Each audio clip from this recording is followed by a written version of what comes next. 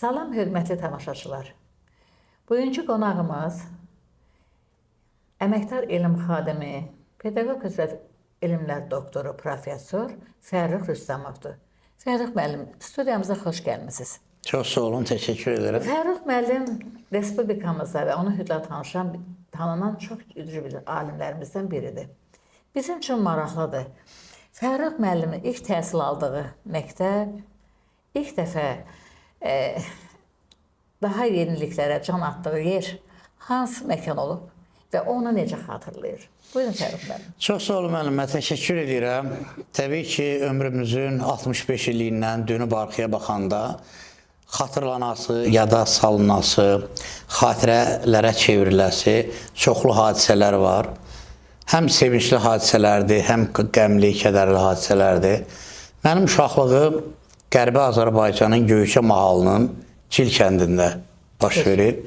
1961-ci ildə yanvar ayının 1-də Göyçə mahalının Krasnoselo rayonunun, indi Cəmbərək rayonu deyirik, Çil kəndində dünyaya gəlmişəm. Çil kəndi elə mənim fikrimcə dünya elə bizim o kəndimizdən başlayırdı. Kəndimiz gölün kənarında yerləşirdi. Kənd amfiteatrı xatırladırdı. Üç tərəfdə dağlar var idi, düzəngahda yerləşirdi. Öndə isə Göyçə gölü yerləşirdi. Burada yadımda qalan, təbii ki, uşaqlıq haqqında danışlar, saatlarla vaxt lazımdır. Orada maariflə bağlı, maarifçiliklə bağlı, məktəb təhsillə bağlı deyəcəklərimiz daha çoxdur. Bizim Çil kəndində ilk məktəb 1876-da yaranıb.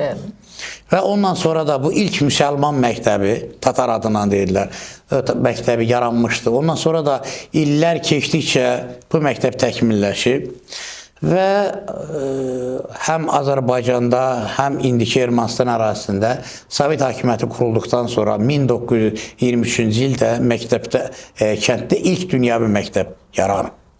1923-cü ildə. 30-cu ildə həmin məktəb 7 illik məktəbə çevrilib.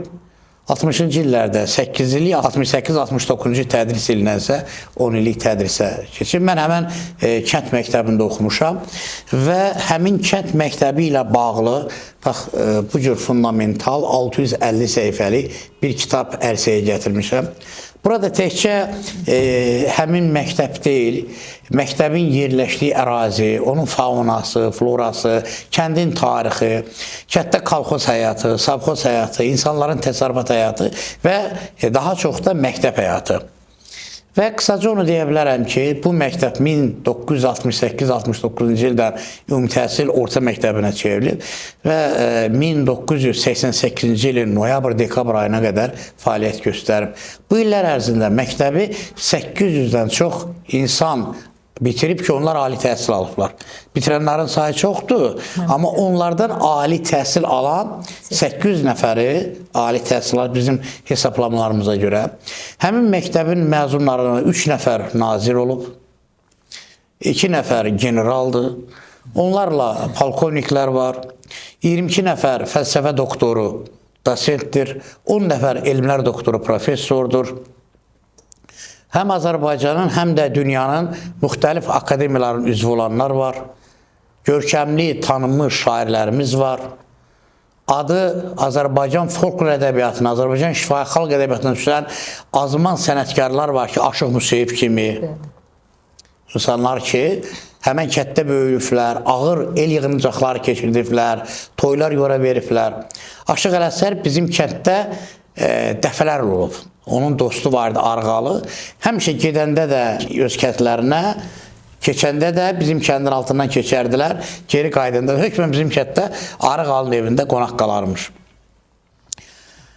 Bu məktəb Azərbaycanın maarifçiliyində, mədəniyyətində, ümumiyyətlə bütün sahələrdə çox görkəmli kadrlar yetişdirib ki, və mən bugün o məktəbin bizə dərs keçən müəllimlərini hörmət və ehtiramla xatırlayıram ki, əlimizdən tutub bizə yazmaq öyrədiblər, bizə vətən öyrədiblər, bizə sevgi öyrədiblər, bizə yaşamaq öyrədiblər. Biz nə qazanmışıqsa, hamısını o orta məktəbdə oturduğumuz o partalar var idi, onun arxasında oturanda o müəllimlərimizdən aldığımız öyüd nəsihətlərdən qaynaqlanır, bilikdən qaynaqlanır ki, onların da əksəriyyəti Azərbaycandan çox sonra gəldi, deyirəm, həm alimlər kimi formalaşdılar, mütəxəssislər kimi formalaşdılar, təkcə Azərbaycanda deyil, həm də ümumiyyətlə keçmiş SSR miqyasında bizim məzunlarımız var ki, fəaliyyət göstərirlər. Hətta biri Rusiyanın milli qəhrəmanıdır. Təxminən bir 400-dən çox ev var idi. Əksəriyyəti bir mərtəbə, iki mərtəbə müasir evlər idi. Müasir məktəb binası vardı, 3 mərtəbəli. 3 tədris binası vardı. İkisi 2 mərtəbəli idi. Biri isə indiki müasir məktəb kimi böyük məktəb. Biri 3 mərtəbə və 2 mərtəbə. Ortadan da keçid vardı. Həm idman zalına, həm də yeməkxanaya. Kənddən həm rayon mərkəzinə, həm gölə asfalt yol var idi, çəkmişdilər və eyni zamanda gecə işıqları səhərə qədər yanardı. Dəmir yolu kəndin altından keçirdi. Yəni, logistika çox rahat idi. Həm Ermənistana gedib gəlmək, həm də Azərbaycana gedib gəlmək çox rahat idi. Kənd çox inkişaf eləmiş kənd idi. Dəyirmanı, univermağı, bufeti, hamamı müasir, məişət evi, böyük fermaları, 10 min başlarla heyvanı malqarası var. Çox böyük, varlı bir kənd idi, böyük təsərrüfatı vardı. Amma çox təəssüf ki, o səmum yeli 1988-ci ildə bir daha o kəndin üstünə nəsdi. Bilirsiniz ki, o kəndin başı həmişə qəlalı, ümumiyyətlə Göyçə mahalı, Qərbi Azərbaycan, ermənilər bu torpağa köçürüləndən həmişə bəlalı olub. 1805, 1813, 1828-ci il müqavilələri var, Kürəkçay müqaviləsi, Gülüstan müqaviləsi, Türkmənçay sülh müqaviləsi. Bunlar əslində sülh müqaviləsi deyildi. Bunlar bizim milli faciəmizin əsasını qoyan müqavilələrdir. Ondan sonra ermənilər ki, köçürüldü, 80 mindən çox Osmanlıdan gəldi, 40 min ailə İrandan köçürüldü, gəldi.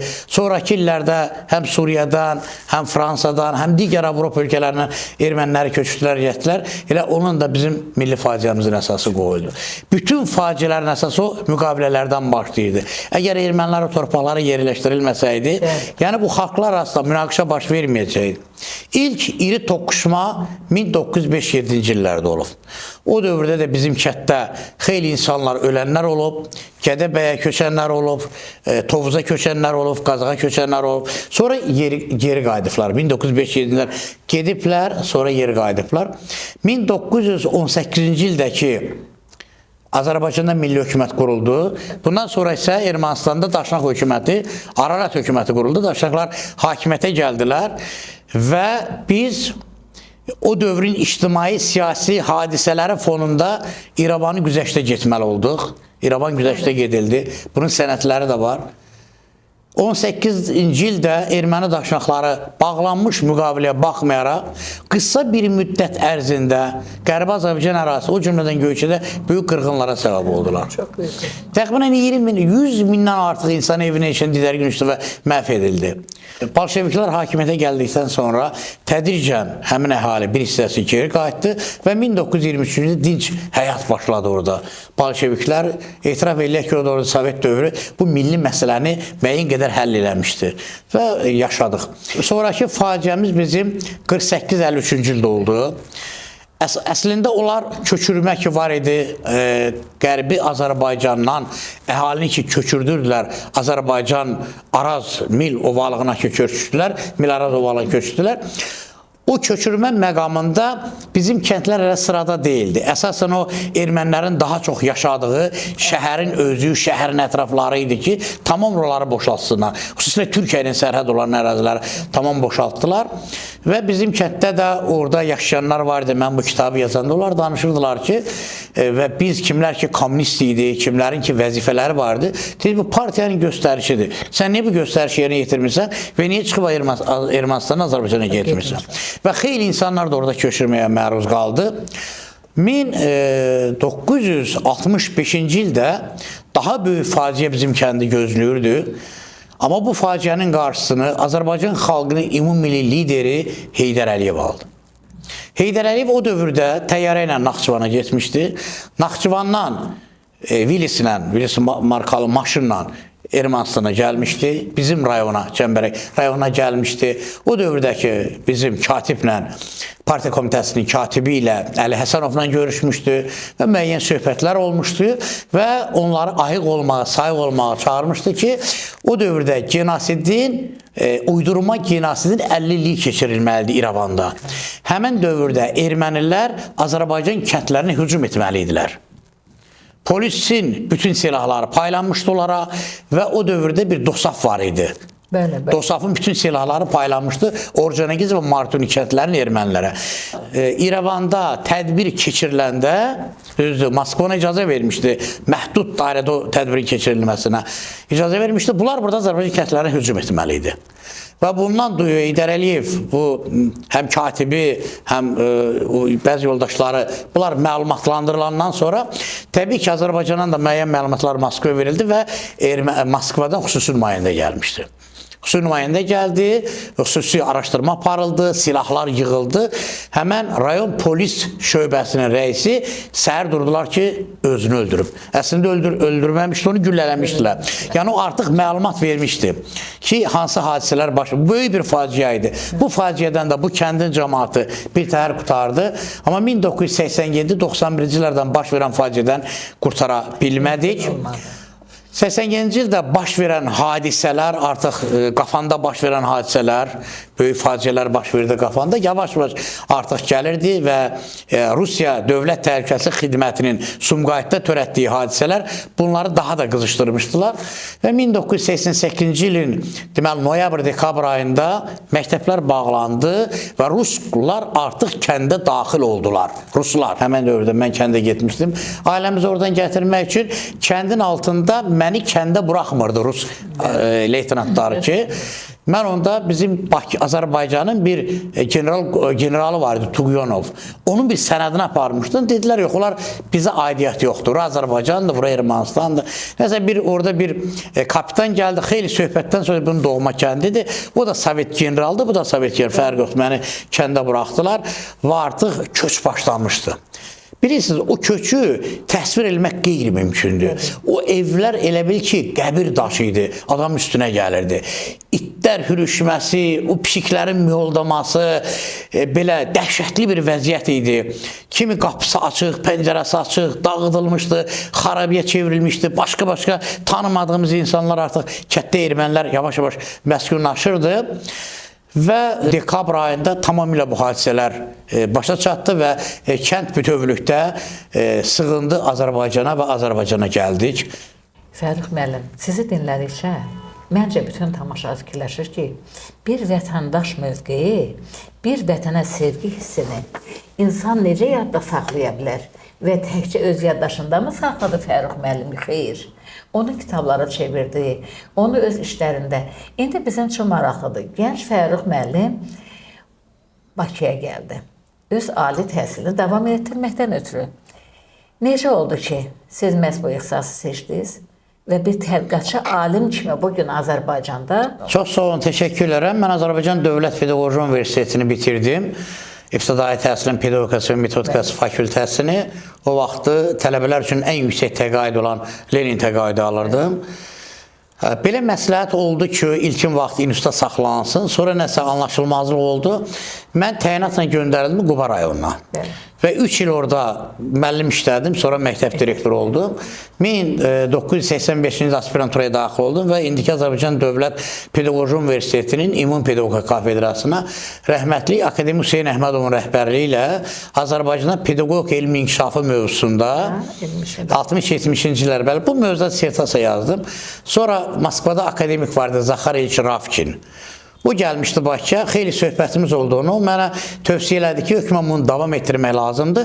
20-ci ildən 91-ci ilə qədər bütün Sovet dövrünü götürün və mən elə doğrudan da 20-91-ci illərdə Azərbaycanda Sovet pedaqogika elminin inkişaf yolları mövzusunda doktorluq dissertasiya yazdım və Artıq o dövrdə artıq müstəqillik qazanmışdıq və 2003-cü ildə monosertasiyanı uğurla müdafiə etdim. Sonra biz onun kitabını da çıxartmağa nail olduq. Və təbii ki, mənim tədqiqatlarım daha çox pedaqogika ilə bağlıdır. Pedaqogika nəzəriyyəsi, pedaqogika tarixi və təhsil tarixi idədir. Və tədqiqatlarım içərisində mən daha çox Qərbi Azərbaycanla bağlı tədqiqatlara daha çox önəm verirəm. Çünki biz bilirsiniz ki, 44 günlük savaşda, 44 günlük müharibədə Azərbaycan xalqı son sözünü dedi. Azərbaycan əskəri Şuşaya qalxdı, alınmaz qalaya qalxdı. Bəzən söhbət olur, deyirik ki, o əskərimiz oraya yalın əllə qalxdı, heç nə qaldırmadı. Amma biraz dərindən fikirləşəndə görürsən ki, heç dilə deyil. Onlar Şuşa qalasına qalxanda 30 il müddətində əzilən, dökülən, sınan, təhqir edilən, mənəviyyata alçaldılan bir xalqı da çiyinlərində o qalaya qaldırdılar. Çox düz fikirdir. Biz o qalaya qalxandan sonra döndük özümüzə baxdıq, kəndimizə baxdıq. Ey Türk, sən necə böyüksən, biz necə möhtəşəmik.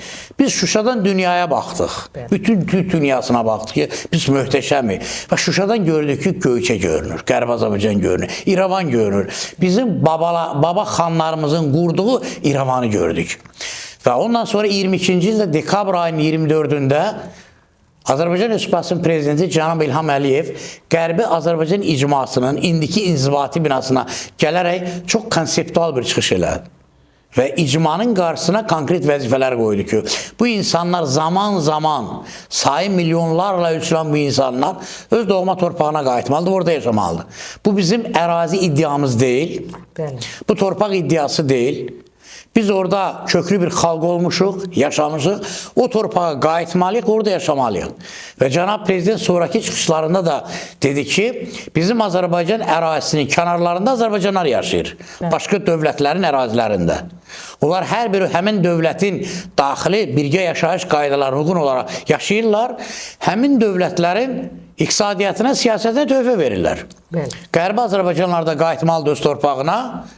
Orada birgə yaşayış qaydaları hansıdırsa ona uyğun olaraq, ona müvafiq olaraq həmin ərazidə yaşamalıdır və həmin yaşadığı dövlətin də iqtisadiyyatına, siyasətinə töhfə verməlidir. Mədəni işlərində, maarifli işlərində, təhsil işlərində iştirak edir. Bu bizim amalımızdır. Bunun üçün bizim qayıdış konsepsiyası var. Qərbi Azərbaycan icmasının qayıdış konsepsiyası var. Qayıdış konsepsiyasının konseptual xətti var, ana xətti var. Birincisi, əhali oraya təhlükəsiz şəraitdə qayıtmalıdır. İkincisi, sülh şəraitinə qayıtmalıdır. Üçüncüsü isə onların təhlükəsizliyi təmin edilməlidir. Əgər bu şərtlər təmin edilərsə, yəni Qərbi Azərbaycanın zaman-zaman deportasiyası olmuş insanlar o torpaqlara qayıdacaqlar, sönmüş ocaqlarımız yenidən yanacaq. Bizim bəs ziyalı olaraq, tədqiqatçı olaraq bizim töhfələrimiz nədir? Biz o torpaqların o maarifçilik mühitini, tarixini, ədəbiyyatını araşdırmalıyıq. Bizim dostlarımız onu araşdırırlar, mən isə onun təhsilini araşdırıram. Bilirsiniz ki, 1828-ci ildən sonra Çar Rusiyası Qafqazda, yəni Cənubi Qafqazda məktəblərin təşkili ilə bağlı bir nizamnamə qəbul elədi. Buna Cənubi Qafqaz Məktəblər Nizamnaməsi deyilir. Həmin nizamnaməyə uyğun olaraq bu ərazidə, bu coğrafiyada 20 qəza məktəbi yaranmalı idi. Yəni o vaxt quberniyalar var idi və bu quberniyalar hələ yox idi. Ermənistan da onda, indiki heç Ermənistan da yox idi. Erməni vilayəti yaranmışdı. Region qəzalardan ibarət idi. Hər qəzanın mərkəzində bir məktəb yaratmaq, dünyəvi bir məktəb yaratmalı idi. Çünki General Vardimirovun Sankt-Peterburqda belə bir məktubu vardı ki, bu ərazi, bu coğrafiya çox qəlizdir. Bu coğrafiyada baş çıxarmaq çox çətindir. Coğrafi relief çox mürəkkəbdir. Bunları idarə eləmək, saxlamaq çox çətindir. Biz bunları silah güclə saxlaya bilməliyik. Bunlara təhsil verməli, onları öz səviyyəmizə qaldırmalı. Çar Rusiyasının burada təhsil sayəsində 3 məqsədi var idi. Birinci, ruslaşdırma, ikinci, xristianlaşdırma, üçüncü isə rusiyalaşdırma. Yəni əhali müəyyən müddətdən sonra Rusiyanın bir parçasına çevrilsin. Nətər ki, bu saat türk-tatar xalqlar var Rusiyada, onlar özləri Rusiyanın bir hissəsi hesab eləyirlər. Biz də o cür. Və buna görə də ilk məktəbdən başladılar Qəza məktəbi. 20 belə bir məktəb yaranmalıydı bütöv Cənubi Qafqazda. İlkin məktəb 1830-cu ildə Şuşada yarandı. 11 yanvar 1831-ci ildə İrəvanda yaranmalıydı, yarana bilmədi. Çünki general şəhərdə yox idi, əhalini yığmaq mümkün olmadı, uşaqları məktəbə yığmaq, bina tapmaq, resurs tapmaq çətin idi. 1832-ci ildə yanvar ayının 14-də həm İrəvan Qəza məktəbi fəaliyyətə başladı. İrəvan Qəza məktəbi fəaliyyətə başladı. Həmən Qəza məktəbinin də tarix haqqında bu kitabda yazılıb. Hər iki kitabda həm İrəvan deməli müəllimlər seminariyasının girişində, həm də İrəvan kişi gimnaziyasında onlar haqqında, deməli Qəza məktəbi haqqında kifayət qədər yazılıb. 1836-cı ilə qədər həmin məktəbdə deyim ki, Azərbaycanlılar oxumamışdır. Bunun səbəbi nə idi? Bunun səbəbi ondan ibarət idi ki, yerli əhali deyirdi ki, bu nə tər məktəbdir ki, burada Azərbaycan dili keçilmirsə, burada şəriət keçilmirsə, bu məktəb mənim nəyəmə lazımdır? Ona görə 1835-ci ildə yeni nizamnamə qəbul edildi. Orada bir daha vurğulanırdı ki, yerli xalqlar və ilahiyyat hökmən tədris olunmalıdır. 1836-cı ildə ilk dəfə olaraq həmin Qəza məktəbinə deməli Azərbaycan dili və şəriət müəllimi təyin edildi. Mirzə Molla Tağı Mahmudoğlu. Bunun haqqında arxivdə çox maraqlı sənədlər var, faktlar var. Bu hörmətə layiq bütün sənədlərdə bunun adı keçir. Oradan erməni keşişi var. Erməni keşişin isə əksinə ruslar tənqid edirlər ki, o həmişə dərsə sərxoş gəlir. Yəni uşaqlarla işləyə bilmir, heç bir münasibət qura bilmir, vaxtı-vaxtında öz dərsini keçə bilmir. Bu məktəb 3 illik idi, sonra 4 illik məktəbə çevrildi, sonra pro-gimnaziya çevrildi və 1881-ci ildə gimnaziya çevrildi. Bu gimnaziyanın tarixidir. Bax, həmən gimnaziya, bu İrəvan kişi gimnaziyası, bu Azərbaycanlı məzunlarıdır. Bu məktəbdə xeyli Azərbaycanlılar təhsil alıblar. 256 nəfər o məktəbdə, deməli, Qəza məktəbində bitirən Azərbaycanlı var. Daxil olanlar çox idi, amma çox təəssüf ki, bəzən qutaranlar az idi. Bir təsərrüfat başlayan kimi gedirlər təsərrüfata, təhsilləri yarımçıq qalırdı. 1881-ci belə bir gimnaziya fəaliyyətə başladı. Gimnaziya artıq orta təhsil deməkdir. Yəni, Qəza məktəbini bitirməklə heç hara getmək mümkün deyildi. Ali təhsil almaq mümkün deyildi. O dövrdə Qəza məktəbini bitirəndən sonra hökmən daxil olurdular gimnaziyalara, pro-gimnaziyalara və yaxud və pro-gimnaziyadan sonra hökmən gimnaziyalara. Gimnaziyanı bitirməyən insan ali məktəbə daxil ola bilməlidir. Bu gimnaziyalar, İrəvanda yaranan bu gimnaziya artıq İrəvandakı Azərbaycanlı gənclərin qapılarını Rusiyanın ali məktəblərini açdı, Avropaya açdı. İndi sual ola bilər ki, bunlar Azərbaycan və Rus dilində oxuyurdular. Bəs Avropada necə təhsil alırdılar? Məsələn, Əhməd Rəcəbli akademik buranı bitirmişdi, getdi Avropada təhsil alıb. Həmin gimnaziyada xaricilər tədris olunurdu. Onlar həm fransız dilini öyrənirdilər, həm alman dilini öyrənirdilər. O dövrdə İngilis dilinə o qədər maraq yox idi, fransız və alman dilləri tədris olunurdu. İrəvan gimnaziyasının fəaliyyəti haqqında saatlarla danışmaq olar, amma mən bircə bir fakt demək istəyirəm ki, o gimnaziyanı 3 nəfər məşhur adamın adını çəkmək istəyirəm və onun timsalında siz görəcəksiniz ki, bu gimnaziya kimləri yetişdirib. Topçubaşov. Siz təsəvvür edin, Sovet dövründə elə bir yüksək ad yoxdur ki, Mustafa bəy Topçubaşovun adının qabağına yazılmasın. Sosialist əməyə qəhrəmanı, akademik, elmlər doktoru, professor, yəni Azərbaycanın fəxri, bütün Türk dünyasının fəxridir. Əhməd Rəcəbli, bütün Türk dünya akademik, kənd sərvatı üzrə akademik idi və Əziz Əliyev. Bizim cənab prezidentin babası Əziz Əliyev. O gimnaziyanı bitirib və burada onun mən sənədlərini vermişəm. Bəli, biz gimnaziya haqqında bir sıxarın danışa bilərik ki, gimnaziyada təxminən 700 nəfərdən çox erməni, rus, Azərbaycanlı, gürcü, başqa millətin nümayəndələri oxuyub. Onlardan 150 nəfər Azərbaycanlı oranı bitirib. Yəni, dəqiq məlumat var ki, bizim əlimizdə 150 nəfər. Ola bilsin ki, onun 6 sinifini qutarandan sonra da gimnaziyanın 6 sinifini qutarandan sonra məmur kimi çalışmaq mümkün idi. 6-cı sinifi qutarıb gedənlər olub, hərbidə işləyənlər olub, başqa sahədə işləyənlər olub. Amma 150 nəfər, bu kitabda biz onların hər biri haqqında o çerklər təqdim eləmişik və onun xeyli material mənə təqdim etdiklərinə görə çox hörmətli akademiyanın müxbir üzvü, professor, bizim əzizimiz Misir müəllimə və çox gözəl, görkəmli tədqiqatçı Ədalət Tahirzayə də təşəkkür edirəm həmin sənədləri mənə təqdim etdiyinə görə. 1881-ci ildə o dövrdə İrəvanda həm də İrəvan müəllimlər seminariyası fəaliyyət göstərirdi. İrəvan müəllimlər seminariyası, bunun da fəaliyyəti haqqında geniş danışmaq olar. 1876-cı ildə Qoridə ilk Zaqafqaziya müəllimlər seminariyası yarandı.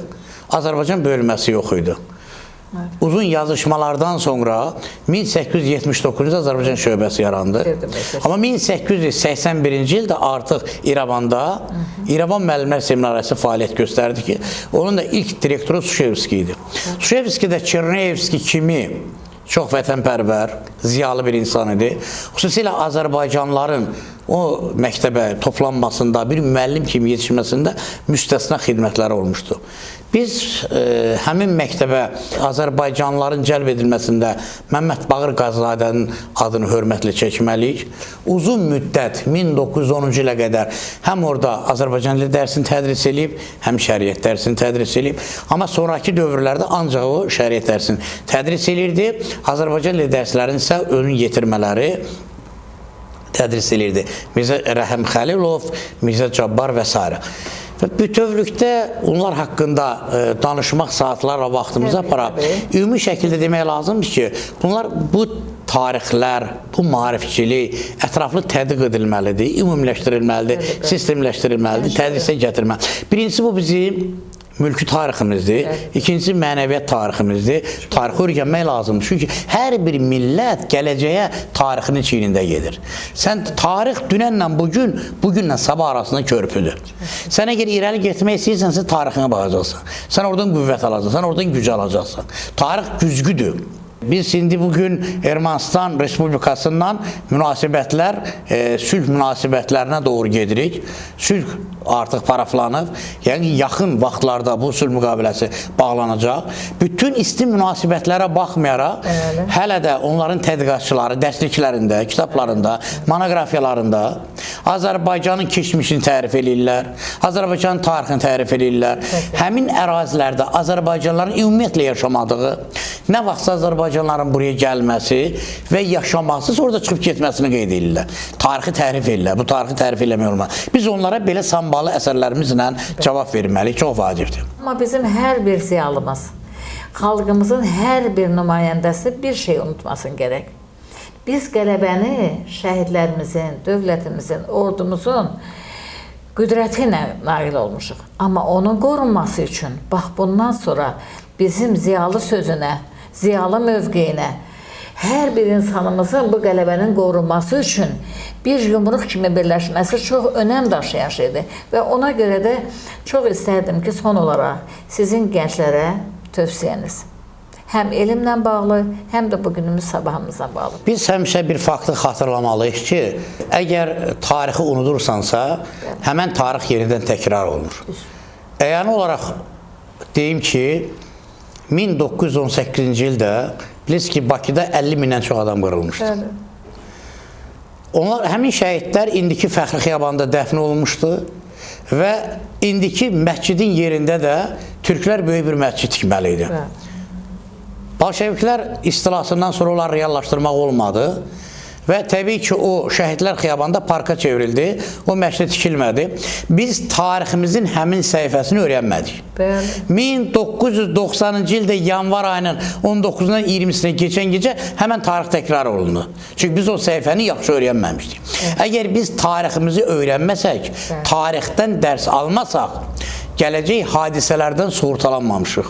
Ona görə də hər bir gənc öz tarixini, Azərbaycan tarixini bütövlükdə, həm də bugünkü bizim coğrafi ərazimizdən kənarda qalan bizim böyük tariximiz var. O tarixi dərindən bilməlidir.